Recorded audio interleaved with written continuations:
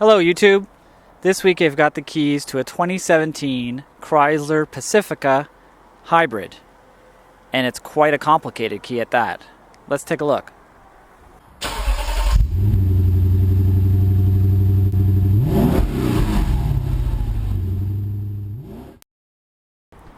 Well, let's look at the key at first here. We've got lock, unlock, press 2 times to open the rear door, press 2 times to start it, press 2 times to open the left sliding door, and press 2 times to open the right sliding door. So you have a lot of options. So it's hard to memorize this. At night it's hard to see it, but whatever. It is a nice key fob. Looking at the van itself, it's a nice looking minivan. I mean, I'm not a huge fan of minivans for myself. I don't have any kids, but if you have kids, there is no denying that a minivan is probably your best option for storage space. Highway cruising, they're quiet, so it is a good choice. This is the new Pacifica, so it is a plug-in hybrid. Actually, just come on up here and show you right here, and pop this open, and that's where you plug in your charger. It's not bad looking for a minivan. It's not as sporty looking maybe as the Sienna or what they've tried to do with the Sienna, but it does look pretty good. It's pretty pricey. There's only one option in Canada for the hybrid, and it's $56,000. And in Ontario, you get a $14,000 rebate. So it comes out to, and it's $14,000 after taxes. So it actually comes out to $44,000 before taxes, basically, and then do the math from there. So there you have the outside. I'll pop the back here. So it is an automatic tailgate with the fold-in seats in the back. There's quite a bit of space, as you can see. There's a nice container here to put your charger in, which is at my house right now, but that's for your 110 volt. But if you bought this vehicle, you would probably get a 210 or 240 volt charger installed in your home. Tons of things back here. So you got space here, nice huge cubby hole for windshield washer fluid bottle, and it goes pretty, you can push that back there. And you've got a pump here to pump up your tire. Another bin down here. Looks like the battery in there. These seats here, they flip and fold into the floor. And then you have a large load area here as well. They're pretty easy to pull up and flip back up, and then grab this and pull it up and pull the headrests up and that. So they're easy to use, and it's got a little label here, 1, and then you pull 2, and then they fold in. So that's pretty easy to use. I'll leave that down, this back here. Of course, if you got anything here, you can't flip the seats in, but that's obvious. Let's go around and I'll hop in and show you the inside. You got your sliding doors, which are automatic as well. Hop in here and go to the third row first.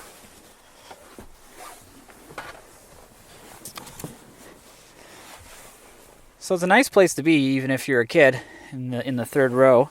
The legroom's not too bad. You've got a couple of cup holders, of course, for your juice and juice boxes, and another place for some snacks, and a USB charger as well. There's quite a bit of stuff back here. And on the other side, you've got one cup holder and a little place for something, a phone, I guess. Kind of funny that there's not 2 cup holders on the other side. Up top, you've got vents, so the vents come into the third row as well. We'll get into the second row here. What we've got, you got an HDMI input or output, I'm not sure, maybe both. USB, headphones, this screen where you can play Blu-rays or DVDs. You can connect to an HDMI device for a gaming system, I guess. You've got apps, checkers, hanging fruit, solitaire, Sudoku, tic-tac-toe. It'll keep you busy for a while, even if you're not a kid. This would be kind of fun. Hey, look at that. I won. Woohoo. All right, so what else we got back here? Comes with headsets, wireless headsets. And if you're too short to reach, I guess you've got a remote. You can play your movies and that as well. And again, it's the same on the other side, just so you can see. You got these flip-up screens. It's pretty darn cool, actually. These seats, of course, flip and fold as well. I'll show you that in a minute. As you can see from the back, the front seat, it's pretty decked out. It looks pretty nice. The only thing really missing here, I think, is the sunroof. There is no sunroof in this vehicle, and at $56,000, seems like it's a missing item. Down here in the storage bin, from the back, you can see there's 2 cup holders there. You can grab for the back, but you can pull out from the front as well if you need them. And of course, cup holders in the back down here on the door. And there's automatic door as well from the inside. So you've got 2 armrests, which is pretty cool for the back seats. And you can flip these seats down, so you can pull this one here, it'll flip it down. And I don't really have the space here because I got my seat in the front too far back. But if you pull on this strap down at the bottom, it does flip up and out. And you can take the seat out and take it with you and put it in your garage or something if you need the space. And they are heavy, but it's not that hard to do. So there is a ton of things to show in here. And as I did mention, it is a plug-in electric vehicle. It can go, after full charge, I've seen 57 and 56 kilometers about on the dash here at 100%. Right now I'm at 68%. In the center dash, so you've got this annoying shifter here, which is the turn dial. I don't actually know. It doesn't let you get out of it unless you're started up. So let's start it up. And I don't know if you could hear that, but it did start. There is an engine, actually. The engine started because it's cold out. It's minus 11 degrees. So you got this turn dial. If you flick it, it kind of just stops into drive. So that's not too bad. And you flick it, it'll go right back to park. You do have kind of like a feel to it, so that's not too bad. And when you get to drive, you can push it down to get into low. If you're in low, it doesn't push down. It doesn't push down in the other ones. The only thing I don't like about it is that because it's not a hand motion, I keep forgetting about it. And I'll come into the driveway and I'll press the power button and it says vehicle not in park, but it doesn't actually shut off. So if you ignore the bing, and there's so many bings that all sound the same, and then you open the door, you get out and the car takes off on you. So that's kind of annoying. But I guess if you own the vehicle, you'll get used to, using that. It's just that I'm not used to it yet. So what else we got here? We've got a electronic parking brake. Down here you've got your Blu-ray disc slots, and there's a little cubby hole here, and there's a USB, and there's another storage bin here with some coin slots.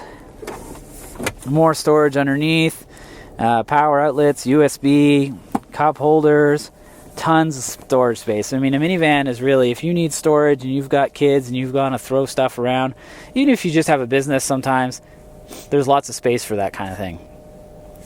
Beautiful display here, and I really do like this dash. It is nice. They've got this leather, even if it may be fake, I'm not sure. And it's got this blue, aqua blue stitching all around to signify the hybrid, I guess. This display is really nice and sharp. This is the app that shows you your electric drive. So now it shows there's an engine, driving, the generator, which is charging the battery. And as you drive along, this will switch between dark blue driving the wheels and light blue driving the wheels if it's the battery, as well as running your climate control and things like that. Navigation it has. You view the map. Nice. And it's quick and responsive. You can kind of zoom around. go into these controls. So it has the climate control down here, but your heated seats and the heated steering wheel and that are up in the screen area. And you can turn that on and off through here. And there are quick buttons for those as well. If you go under apps, there's heated steering wheel straight on the apps. So if you want that right away, radio, change your stations, media for if you have your phone plugged in, or a USB device plugged in. Sorry, and then you've got your phone here as well. But I don't have a phone paired, so. But it is very responsive, as you can see. Like, it switches between screens super fast. Turn on the passenger heated seat. And it's also got ventilated seats for the passenger and the driver. You can check out the surround view camera without even putting in reverse. So you can see here, if I turn, will that work? Yeah, turn the steering wheel. The lines kind of turn with you, which is really cool. And you also get an overview of where you are and the edges of the vehicle, so you're not going to run into anything. If you see something there, that means you're going to hit it.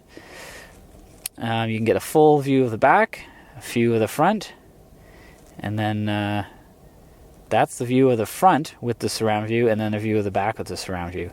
So there is really no excuse for hitting things with this vehicle. You can turn the screen off quickly, and then touch it, turn it back on. Uconnect Theater, you have your Blu-rays in there as well. So there is a ton of things to do, and hopefully you're not doing these while you're driving, because it can get confusing to try to find stuff. I actually like to have this on while I'm driving, because it shows me how much the engine is being used, how much battery is being used, and the climate control. Although there doesn't seem to be a way to change what's happening anyway, so it's just kind of giving me information, but I can't do anything. There's no button to say only run on electric charge right now. So the engine runs, It also has parking sensors, lane departure, blind spot monitoring, whole bunch of electronic aids like that, and it has parking as well. Shift to drive to use active park. Okay, so we'll put it in drive, hit active park. And if we look in the screen here, it shows you press the OK switch for perpendicular parking. So if you're parallel parking, this will find the parking spot for you, and it will also do perpendicular parking, as you can see. I think this feature is useless, but for those that can't park, there you go. Now, turn that off. And you can see this nice bright console here, and you've got your average fuel economy. I've been averaging 8.1 liters per 100 kilometers. I've been basically charging the vehicle every day, and I get my 50 kilometers of charge out of it.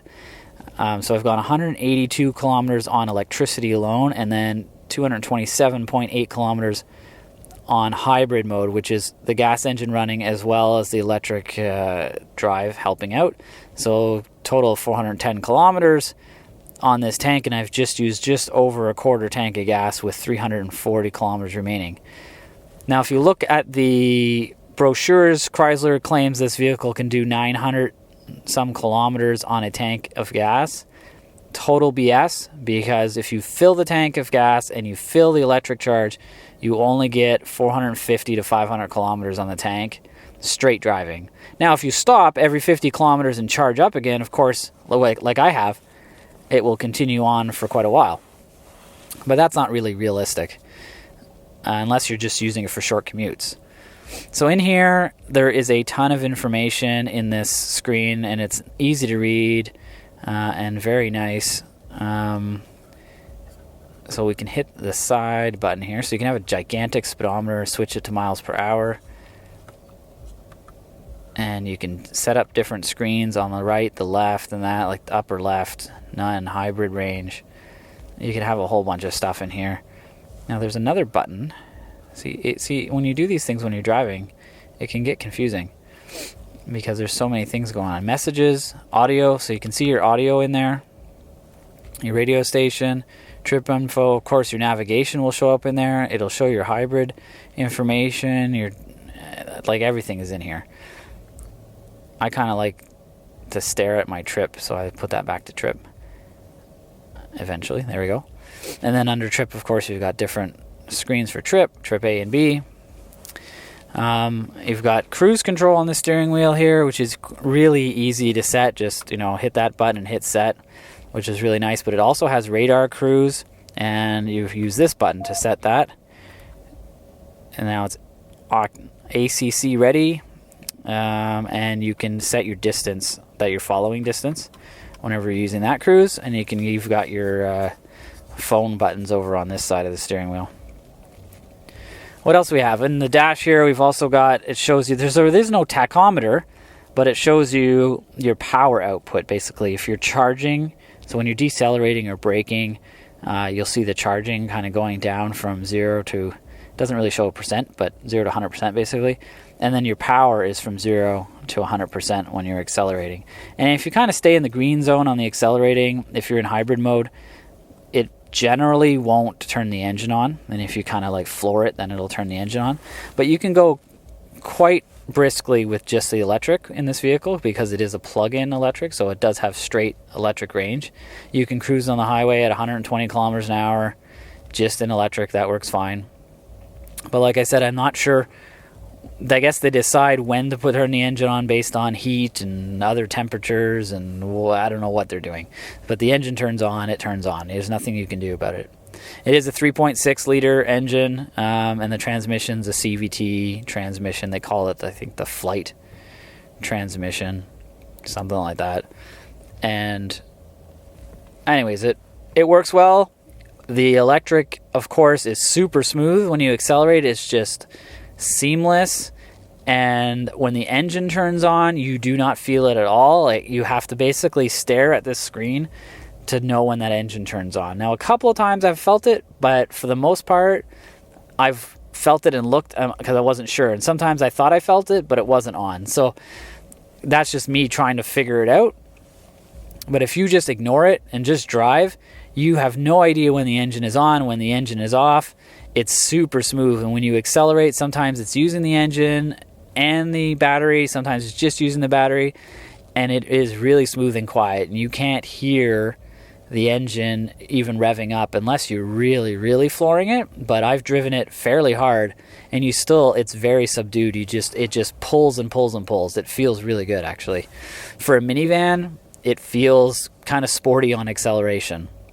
So what else do we have in the interior? Just a couple other things that I forgot to mention. We've got a rearview mirror, of course, but it's not auto dimming, which bothers some people because it is, this is a $50,000 van. There is a cup holder up here. Not cup holder. A sunglasses holder up here. That'd be a pretty funny spot for a cup holder. And there's a mirror to see your kids, so you can kind of see everything back there. And you have all these buttons for, you've got reading lights, but you've got the back hatch and the two side doors, which you can open in one shot. You can just boop, which they used to have a commercial where they had kids running after a dog or something, and they'd press that button and go through. What else? This is kind of like a rubbery plastic. It's nice. The steering wheel is super thick and feels really nice, and it's nice and warm with that heated steering wheel.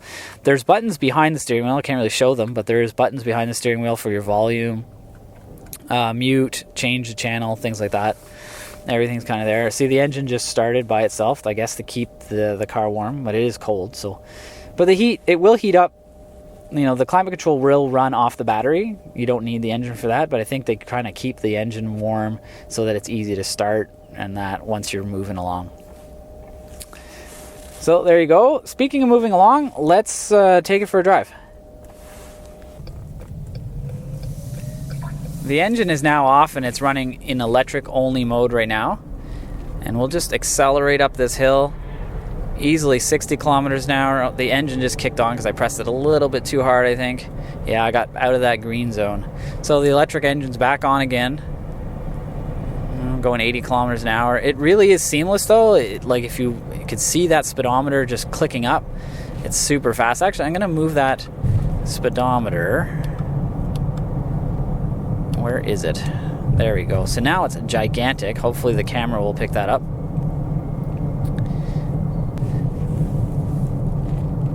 but it's super quiet. It's a really windy day. It seems to be windy all winter. There's basically zero wind noise in this car, and there's a little tiny bit of road noise, but it is running some Goodyear winter tires, which are horrible on the ice, if I'm honest.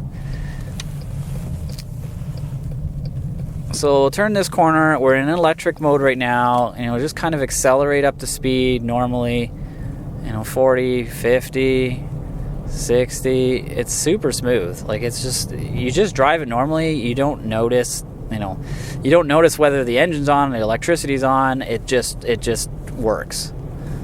And I'm very impressed by that. The only real downside that I see here is if you can't charge at work and you have a longer commute than, say, 20 kilometers, you will use quite a bit more fuel. It's saying I'm averaging 8.1 liters per 100 kilometers now, but that's charging, I have about a 25 kilometer drive to work. And then I'm charging at work and I'm driving back home. Now, I can make it to work and back on a charge, but it does run the engine sometimes during that as well. So I'm not really getting that full 50 kilometers out of the battery. I'm not sure what it's actually giving me. It's probably more like 45, maybe, if I'm lucky. So if you drive more than that, the fuel economy will suffer quite a bit.